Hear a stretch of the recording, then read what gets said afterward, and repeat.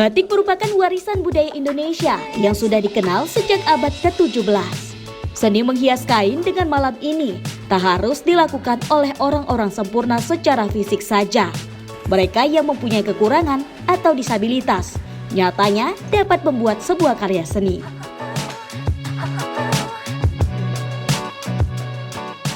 Saya pun penasaran, ingin melihat kreativitas mereka. Berlokasi di Kecamatan Siantar, Kabupaten Simalungun, Pusat Rehabilitasi Harapan Jaya menjadi ruang berekspresi mereka lewat berbagai kegiatan. Salah satunya adalah membatik. Batik yang dihasilkan pun berbagai jenis motif, mulai dari gajah dompak, gorga Batak, kotak wari, dan bunga mata angin. Pemirsa, saya penasaran nih, ingin mencoba membatik bareng dengan teman-teman di sini. Saat ini sudah ada di proses pewarnaan dan di sebelah saya sudah ada Kak Novi yang akan mengajari saya untuk membatik nih pemirsa. Kak, boleh diajari nih gimana cara membatik untuk mewarnai saat ini? Nah, ini saya akan mengajari kakak untuk proses pewarnaan pada kain batik. Nah, Oke. kita mewarnai itu jangan melewati garis titik cantingan yang telah dibuat. Oke. Saya coba ya. Oke, Kak. Oke. Kak, ini ada berapa lama nih proses mewarnai seperti ini, Kak? Dalam proses pewarnaan ini kita membutuhkan waktu kurang lebih dari 1 jam. 1 jam. Iya. Oke, setelah nanti diwarnai apa lagi nih, Kak? Setelah nanti kita selesai mewarnai, kita akan tunggu sekitar 15 menit untuk pengeringan warna. Setelah kita nanti selesai pengeringan warna, kita akan masuk ke proses pengunci warna. Agar nanti jika kita ingin mencuci kain batik tidak terjadi luntur warna. Oke. Nah, untuk sebelum proses pewarnaan ini tadi canting ya, Kak ya? Iya, mencanting. Canting itu berapa lama itu, Kak? Kalau mencanting itu kita membutuhkan waktu kurang lebih dari 3 hari penuh. 3 hari penuh? Iya, Oh. karena di situ kita harus memang betul-betul teliti dan sabar Oke. untuk mencanting. Oke. Untuk membatik seperti ini, Kak, ada nggak sih, Kak, kain-kain khusus yang sulit untuk dibatik sebenarnya? Ada satu kain yang sangat sulit kita gambar, itu karena termasuk dalam kain yang tebal. Jika kain tebal itu kita pakai, pasti otomatis kita akan membutuhkan lama di proses penggambaran. Karena otomatis kain tebal kita harus menebalkan kembali motif yang sudah kita gambar. Ini dia mewarnainya, tintanya sedikit aja udah langsung lebar ya? Iya, karena kita campur dengan air, karena kuasnya dan karena kainnya juga terlalu tipis, jadi kita celup ke dalam kain, dia akan melebar sendiri. Oke, Kak, ini boleh tahu nih jenis tintanya tinta apa ini, Kak, yang digunakan? Kita pakai bubuk warna hitam dengan merek Ultra, Oh, merek Ultra. yang khusus untuk di batik. Oke. Kalau jenis kuasnya ini memang ada kuas khusus nggak, Kak, untuk membatik sendiri? Tidak harus ada kuas khusus, kita hanya saja di mana kenyamanan kita dalam menggunakan kuas. Misalnya kalau kita pengen yang besar, kita bisa memakai kuas yang seperti ini. Kita bisa memakai seperti ini. Oh, ini dari busa ya? Iya, kita memakai dari busa untuk dasar. Oh, untuk dasar yang ini aja? Iya, biar lebih mempersingkat waktu kita dalam pewarnaan. Nah, jika untuk motif kecil kita memakai kuas yang kecil, Oke. seperti yang kakak pakai gunakan sekarang. Wah, keren ya. Iya.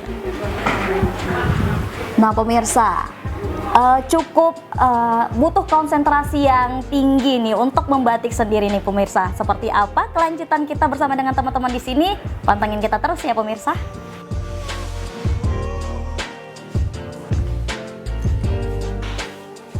Nah pemirsa, untuk bisa menjadi selembar batik yang indah, ada beberapa proses tahapan yang harus dilakukan. Pertama, dengan menyiapkan kain, menggambar desain awal, lalu menuangkan pola dengan malam atau lilin. Setelah itu, barulah masuk ke proses pewarnaan dan diakhiri dengan pelorotan, yaitu menghilangkan malam atau lilin dari kain batik dengan cara merebusnya ke dalam air mendidih atau bisa ditambah dengan soda abu.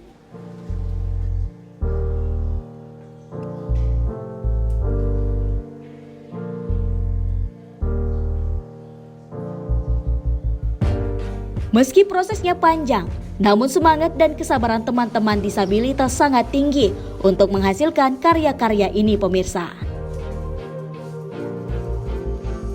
Nah, ini tujuannya terinspirasi sebenarnya kenapa pembatikan ini ada. Waktu itu kami disokong oleh NLR Indonesia, ada program dari mereka untuk membantu kami dalam dana supaya kami mendapat pelatihan untuk pembatikan ini. NLR Indonesia itu yaitu mereka berpihak pada anak-anak disabilitas, anak penyandang disabilitas Indonesia. Di sini anak-anak itu berkreasi ada di beberapa seni sesuai dengan keinginan mereka untuk mengembangkan kemampuan atau keahlian mereka masing-masing. Yang pertama itu ada di pembatikan tentunya. Lalu yang kedua juga ada menjahit juga pakaian-pakaian pesanan dari luar. Lalu yang ketiga juga mereka juga bekerja di bagian pembuatan meja, kursi, lemari seperti itu. Juga di lilin, membuat lilin juga di tempat ini, dan kreasi-kreasi yang lain itu membuat rosario. Kegiatan ini dilakukan setiap hari, tentunya ada juga masa istirahat mereka ya, waktu jam minum, dan juga sore-sore juga ada istirahatnya. Tujuannya untuk mereka supaya semakin kreatif, daripada mereka bosan di tempat ini, jadi kami memfasilitasi mereka untuk mengembangkan bakat-bakat mereka, menggali bakat-bakat kemampuan mereka, supaya nantinya kalau mereka sudah kembali ke tempatnya bisa mandiri dan juga membuka usaha sendiri. Dan Harapan Jaya juga memfasilitasi mereka di luar untuk bisa buka usaha sendiri. Oke, ini sekarang masih permulaannya di tahun kedua. Kami itu hasil-hasil yang mereka karya-karya mereka itu untuk para dokter yang datang dari Belanda diberikan hadiah, dan juga bagi pengunjung-pengunjung Harapan Jaya, mereka yang memberikan sumbangan di tempat ini, yang juga mereka berkunjung ke tempat ini, umumnya mereka melihat hasil-hasil karya anak-anak disabilitas untuk mendukung spirit mereka untuk semakin bersemangat di tempat ini. Tantangannya itu biasanya berhubungan dengan disabilitas mereka. Tentunya ada juga yang terbatas dengan intelektual, juga ada terbatas dengan fisik mereka, mobilitasnya, dan juga ada berpengaruh dengan perilaku mereka di sini. Tetapi masih bisa kami arahkan mereka supaya semakin giat untuk bekerja, mendampingi mereka setiap hari. Mereka sudah membuat beberapa jenis untuk hasil-hasil pembatikan ini. Mereka membuat tas, juga baju tadi yang saya katakan. Kalau misalnya dokter-dokter kami datang dari Belanda melakukan bakti sosial operasi di sini, operasi tulang dan bibir sumbing, itu kami berikan sebagai sumbangan dari hasil karya mereka, dan juga pakaian-pakaian yang sesuai dengan pesanan daripada yang memesan itu.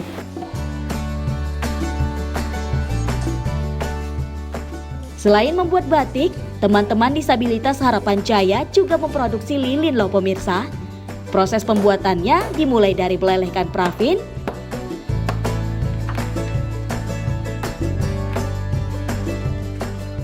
kemudian ditambahkan pewarna atau pewangi. Setelah parafin mencair dan menjadi cairan berminyak bening, maka tahap selanjutnya adalah menuangkannya ke dalam cetakan pemirsa.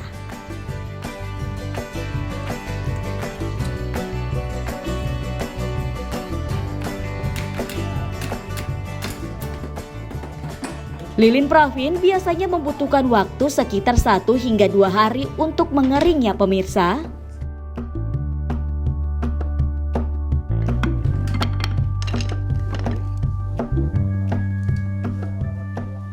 Saya Sakinah Hairya pamit undur diri. Sampai jumpa di episode Meragam-Ragam selanjutnya.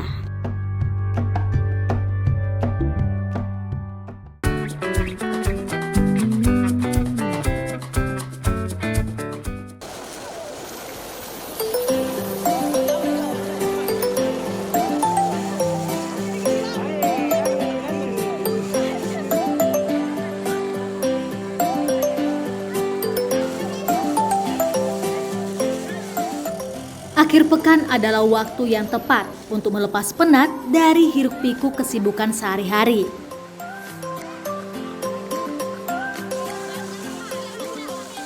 Nah, kalau Anda sedang berada di Sumatera Utara, tepatnya di Kabupaten Simalungun, saya punya rekomendasi wisata air yang bisa menjadi pilihan menarik untuk Anda. Yuk ikuti saya ke salah satu destinasi wisata air yang sedang ramai dikunjungi.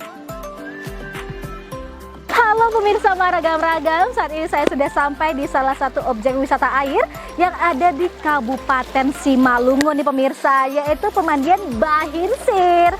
Dan pemandian ini berlokasi di Huta Bahinsir, Nagori, Bangun Sitoluba, Kecamatan Pane, Kabupaten Simalungun, Sumatera Utara. Dan suasananya ini pemirsa sangat asri dan airnya ini sangat sejuk, membuat saya pengen langsung nyebur nih ke airnya. Jadi pemirsa ikutin terus ya bagaimana kegiatan kita satu hari ini.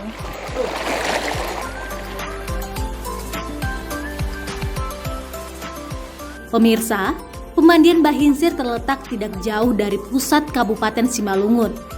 Berjarak sekitar 21 km dengan waktu tempuh kurang lebih 30 menit.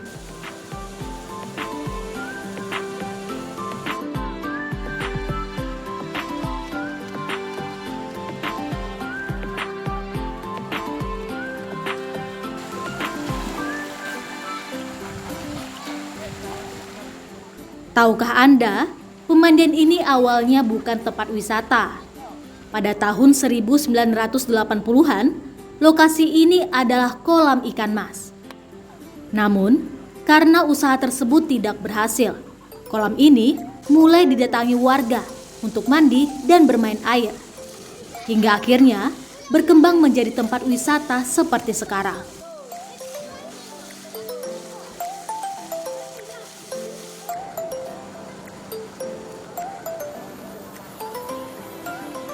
Ini awalnya Bu, tahun 80-an menurut cerita orang tua kita. Ini awalnya kolam ikan, kolam ikan mas.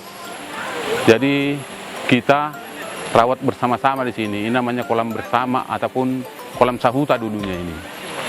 Jadi setelah turunnya dana-dana pemerintah ini Bu, kita bangunlah ini menjadi kayak gini, menjadi kolam pemandian. Yang tadinya ini kolam ikan, karena kita tidak berhasil di peternakan atau pembesaran ikan, kita jadikan kolam pemandian Bu, kayak gitu Bu. Yang unik dari pemandian Bahinsir adalah sistem pengelolaannya. Tempat ini dikelola bersama oleh seluruh masyarakat Huta Bahinsir. Untuk sementara waktu dalam pemandian ini kami pemerintah Nagori Bangun Sitoluba atas nama penghulu memberikan kepengurusannya ke warga Huta Bahinsir ini. Jadi warga Huta Bahinsir membuat kebijakan sendiri di sini, tapi tidak luput juga dari pengawasan pemerintah Nagori.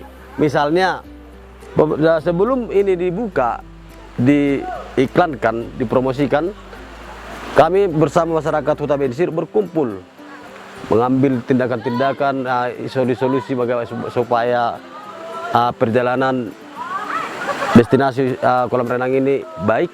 Salah satu diantaranya kebersihan harus dijaga. Dua, apapun yang minum tuak atau minum apapun di sini tidak boleh, tidak kami perbolehkan. Yang ketiga, masyarakat itu harus antusias, berotasi untuk menjaga, ya rezeki-rezekin lah. Yang kebetulan memang kalau di daerah di wisata yang libur-libur pada umumnya agak rame Sabtu atau Minggu, tapi namanya juga udah rolling, orang itu yang berbakat di sini. Termasuk membangun ini, termasuk warga Huta di sini. Partisipasi mereka ini membersihkan setiap pagi, kadang dari pemerintah Nagori juga kadang mengingatkan, bahkan memperhatikan. Ini kalau pagi-pagi disaring semua ini Bu, ini sampah-sampah daun-daunan ini. Jadi juga sampah-sampah plastik, coba Bapak Ibu perhatikan, bersih kita dari sampah plastik. Itu kami jaga betul-betul. Yang ketiga, kepada yang menjaga kami ingatkan itu, pemerintah Pak Panghulu juga mengingatkan, jangan sampai lalai. Namanya juga menghadapi tamu, ya harus dilayani dengan baik. Tamu kita juga bervariasi, semua lapisan masyarakat, mulai anak-anak sampai kepada orang tua, bahkan yang kurang-kurang sehat, baru datang ke sini. Terutama di anak-anak. Jadi Pak Panghulu juga menyarankan kepada yang menjaga kebetulan ini, agar memperhatikan anak-anak yang di sekitar kolam-kolam kita ini. Kira-kira seperti itu Bu. Mereka bergilir menjaga, membersihkan, hingga membuka warung di sekitar area pemandian. Ini merupakan upaya untuk menjaga kenyamanan dan juga peningkatan ekonomi masyarakat di Huta Bahinsir loh pemirsa. Kalau yang menjaga ataupun pekerjanya di sini ada Bu. Kami bikin di sini atas kesepakatan huta kami, ada 3 orang di sini tiap hari menjaga kebersihan, menjaga yang memperhatikan anak-anak yang berenang, dan juga menjaga parkiran Bu. Terima kasih Bu. Itu sistemnya tiap hari berganti.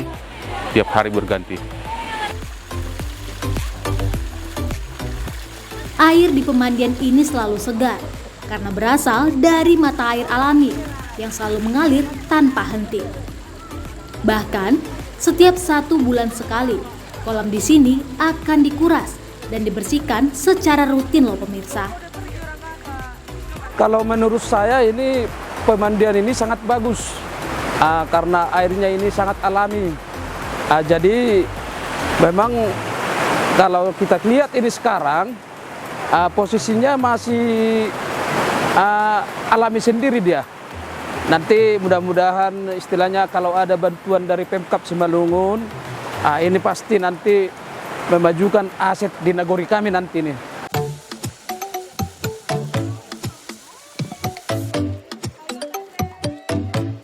Tak hanya 1, tapi pemandian ini memiliki 5 kolam dan 1 sungai kecil mengalir tenang di sekitarnya. Tentunya memiliki kedalaman yang bervariasi. Kalau petak-petaknya Bu ada 5 kolam, 6 sama yang umbul itu ya Bu ya. Nah, kalau itu nggak dihitung petak-petak itu Bu. Jadi kedalamannya itu Bu berbeda-beda Bu. Soalnya belum ada standar-standarnya, masih alami semua. Jadi kedalamannya itu mencapai 1,5 sampai 180 cm Bu.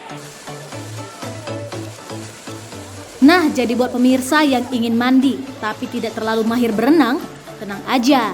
Beberapa warung menyediakan pelampung yang bisa disewa.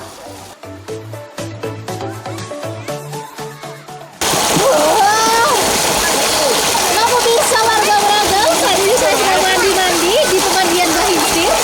Airnya segar sekali nih pemirsa, cocok nih kalau kalian datang pas siang-siang bolong nih. Segar rasanya. Dan untuk kolamnya ada sekitar 5 kolam dan 1 sungai nih pemirsa. Dan ini airnya di depan saya ini adalah dari mata airnya langsung, jadi sangat segar sekali kalau kita mandi-mandi di sini. Untuk ketinggiannya bervariasi ya pemirsa kedalamannya. Ada yang sedagor dewasa dan ada yang bisa untuk anak-anak. Nanti kalau bisa lihat di belakang saya banyak sekali nih anak-anak yang udah jago-jago nih berenang, jadi nggak usah lagi pakai bat nih pemirsa. Saya lanjutkan dulu ya pemirsa.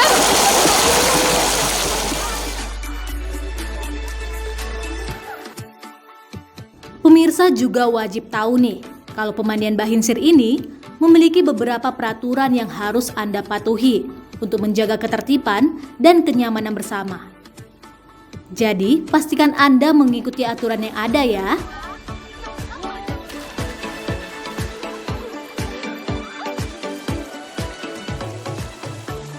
Walaupun sepenuhnya dikelola oleh masyarakat Huta Bahinsir, tetapi tetap diawasi oleh pemerintah Nagori.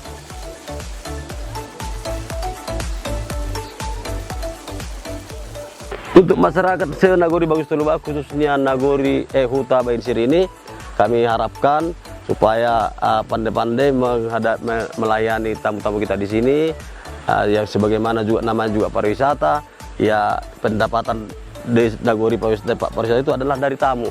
Jadi kami sarankan, kami himbau juga kepada yang berjualan di sini pun jangan sampai melebihi dari standar-standar penjualan di tempat-tempat umum.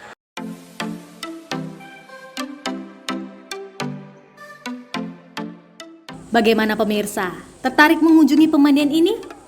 Biaya masuknya sangat ramah di kantong loh. Hanya Rp2.000 per orang aja.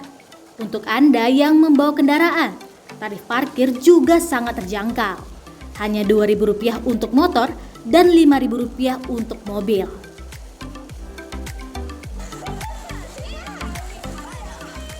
Jadi tunggu apa lagi? Ajak keluarga dan teman-teman Anda untuk menikmati segarnya pemandian Bahinsir dengan harga yang super bersahabat.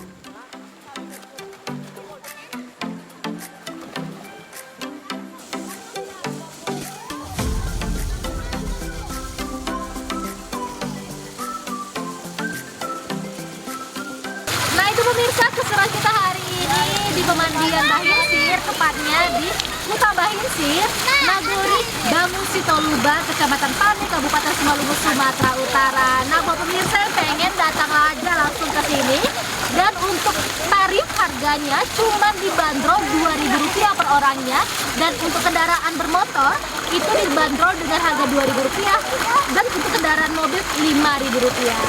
Sampai jumpa di ragam-ragam lainnya. Saya Teri pamit. Sampai jumpa.